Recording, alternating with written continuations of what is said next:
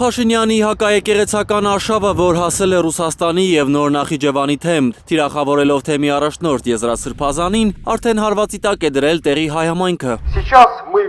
Ռուսաստանում բնակվող հայ հասարակական գործիչ Լևոն Մուկանյանը տեսակապով է միացել Եվրասիա-Հայաստան հարթակի քննարկմանը, ասելու, որ Դաշնության հայ համայնքը քայքայի չէ համարում Փաշինյանի հակաեկեղեցական քայլերը։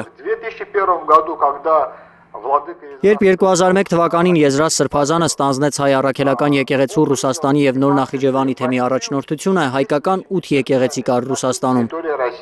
Այսօր 110 եկեղեցի կա, 12 անգամ ավելի։ Ռուսաստանի և Նոր Նախիջևանի հայոց թեմի պետական և հասարակական կառույցների հետ կապերի ներկայացուցիչն է Լևոն Մուկանյանը։ Վստահեցնում է, որ Ռուսաստանում հայապահպանության ամենամեծ բեռը եկեղեցու ուսերին է։ Այսինքն եկեղեցու միջոցով նաև 12 անգամ ավելացել է կապը, շփումը մեր հայրենիքի հետ։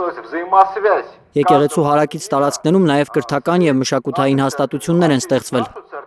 Քաղաքագետ Բենյամին Մաթևոսյանի խոսքով հակաեկեղեցական արշավը Ռուսաստանի և Նոր Նախիջևանի թեմում նպատակ ունի պարակտել Ռուսաստանում ապրող հայերին։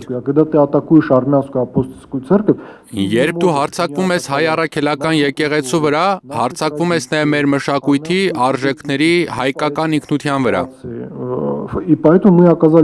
Ընտանիք, հայրենիք, հավատար Աստված, սրանք են մեր ավանդական արժեքները, որոնք մինչև այսօր պահպանվել են եկեղեցու շնորհիվ, նկատում է Արման Աբովյանը։ Քաղաքական վերլուծաբանի պատկերացմամբ, երբ մեզ առաջարկում են ԵԱՏՄ-ի և ԵՄ-ի միջև ընտրություն անել, խոսքը միայն տնտեսության մասին չէ, այլև ավանդական արժեքներից հրաժարվելու։ Հայաստանի, Մոլդովայի, Ուկրաինայի քաղաքացիներին երբ հարցնում ես ինչ կա Եվրամիությունում, որ չկա մեզ մոտ, պատասխանը հետևյալն է՝ ազատություն։ Այն դեպքում, երբ այդ պատասխանն արդեն չի համապատասխանում իրականությանը։ Գլոբալացվող աշխարհի սինթետիկ արժեքների այս դարաշրջանում բոլոր փոքր երկրների համար մարտահրավեր է ազգային ինքնությունը պահպանելը։ Եվրասիա-Հայաստան հարթակի քննարկման մասնակիցներն ասում են, պետք է միշտ պատրաստ լինենք պայքարելու այդ արժեքների համար։ Էդգար Ղուշչյան, Նորայր Շարբաթյան և Գագիկ Տեր-Ղազարյան, Հայլուր։ Հայաստանում և աշխարհում տեղի ունեցող իրադարձությունների մասին առաջին իմանալու համար բաժանորդագրվեք մեր ալիքին, սեղմեք զանգակը, որ բաց չթողնեք ամենահրատապը, ամենակարևորն ու հետաքրքիրը։